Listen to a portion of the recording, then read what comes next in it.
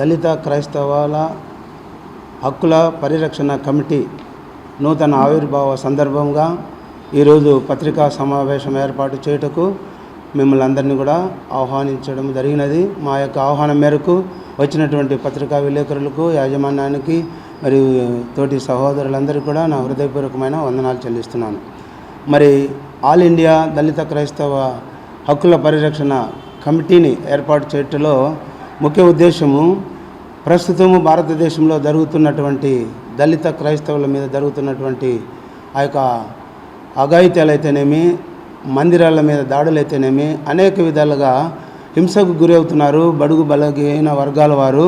మరి అస్పృశ్యత అంటరానితనం వలన మరి కోల్పోతున్నటువంటి భారత రాజ్యాంగం కల్పించినటువంటి హక్కులను కాలరాస్తున్నటువంటి ప్రభుత్వాల మీద ఉన్నటువంటి వ్యతిరేకతను మేము కూడా పోరాటంలో ఒక భాగమని ఎంచుకుంటూ మరి ఈ దినం నూతనంగా ఆల్ ఇండియా భారతదేశం అంతటి తరపున ఈ యొక్క సంస్థను మరి నిర్మించుటలో మేము చేసినటువంటి కృషిని మీ పత్రికా సముఖముగా వెల్లడి చేస్తున్నాం.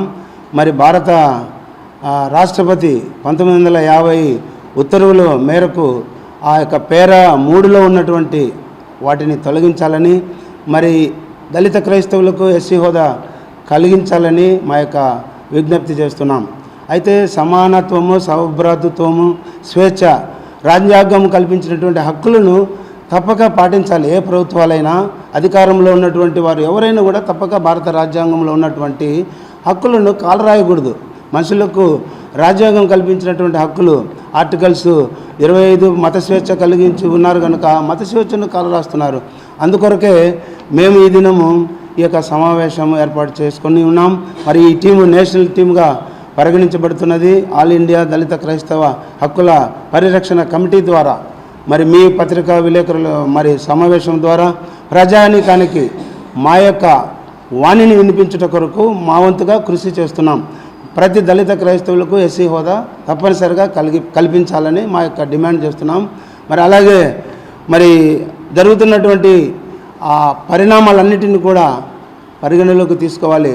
కేంద్ర ప్రభుత్వాలు అయితేనేమి, రాష్ట్ర ప్రభుత్వాలు అయితేనేమి మత స్వేచ్ఛకు ఎక్కడ కూడా భంగం వాటిల్లకుండా వారి యొక్క ప్రభుత్వాలు రక్షణ కల్పించవలసిన బాధ్యత కూడా ప్రభుత్వాల మీద ఉన్నదని మనం చేస్తున్నాం. కాబట్టి ఈ దినము మాకు ఇచ్చినటువంటి సమయాన్ని మేము అనేక ప్రాంతాలలో కూడా విస్తృతంగా పర్యటించి ఈ యొక్క దళిత క్రైస్తవ హక్కుల మీద మా యొక్క వాణిని కూడా వినిపించాలనే యొక్క ఆశయంతో ముందుకు అడుగులు వేస్తున్నాం. మా యొక్క ఆశయాలకు అనుగుణంగా మీ అందరి సహకారము మాకు కావాలని ప్రతి ఒక్కరూ తప్పనిసరిగా యూట్యూబ్లోకి వెళ్ళి కడప వార్తను లైక్ చేయండి, సబ్స్క్రైబ్ చేయండి. ఇట్లు మీ జి రమణయ్య, ఎడిటర్, కడప వార్త.